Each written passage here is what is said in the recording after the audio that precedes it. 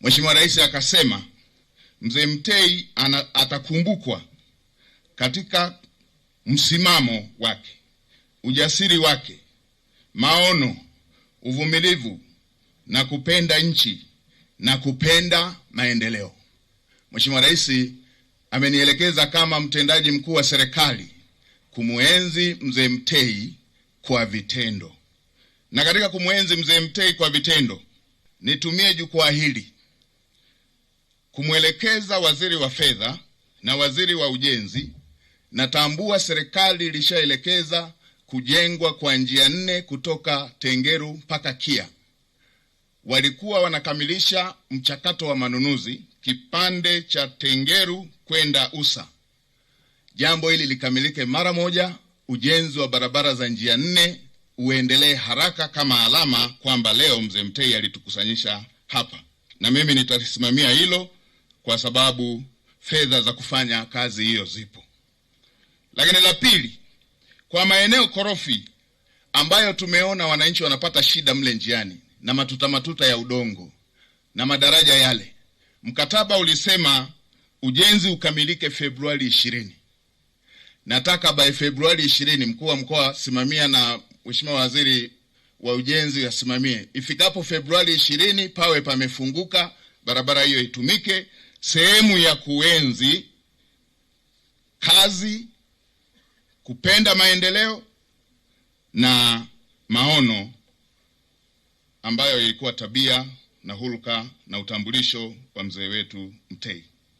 Lakini nimeona watangulizi wote wamesema Mzee Mtei alikuwa anapenda haki na kusimamia haki. Shamba la Mringa Estate lilikuwepo hapa, na katika mchakato kulikuwa kumeelekezwa baadhi ya wananchi wanufaike, na sehemu yao hiyo ilikuwemo kwenye ambayo ilitakiwa ikabidhiwe kama sehemu ya makabidhiano.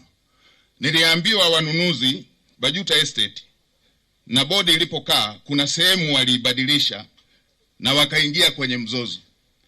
Naelekeza ndani ya mwezi mmoja wawe wamerekebisha yale maeneo waliofuta, na wale watu waliokuwa wanatakiwa kunufaika na eneo hilo wapewe sehemu yao. Mkuu wa mkoa pamoja na watu wetu wa ardhi, kamishna wa ardhi anayehusika, wasimamie ndani ya mwezi mmoja wawe wameshakamilisha na wawakabidhi wahusika ambao wanastahili kupata kipande kile kama mkataba ulivyokuwa unaonesha. Na la mwisho, Mzee Mtei alikuwa anapenda maendeleo. Tuna maeneo mengi katika majiji ikiwepo jiji la Arusha. Tuna maeneo ya kufanyia biashara. Biashara ndogo ndogo, wa machinga na watu wengine. Kila mtu ameweka kamwavuli kake, wengine magunia. Na mvua ikinyesha kwa sisi wafugaji, pale kwenye hiyo soko inageuka kama zizi. Mtu aliyekuwa anafanya biashara hiyo akitoka hapo, anatoka kama alikuwa anakamua kwenye zizi. Sasa nielekeze mkuu wa mkoa, meya, rasi na wakurugenzi wote, yabainini maeneo yote yanayofanywa biashara. Pelekeni fedha za kutengeneza mazingira bora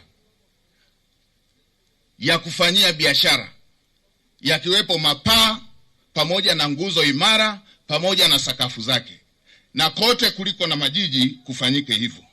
Tutumie fedha ambazo zinapatikana katika maeneo mengine, ambazo tunatumia katika maeneo mengine kutengeneza mazingira bora ya kufanyia biashara na kukuza uchumi, kama ambavyo muasisi wa Benki Kuu alikwisha kufanya.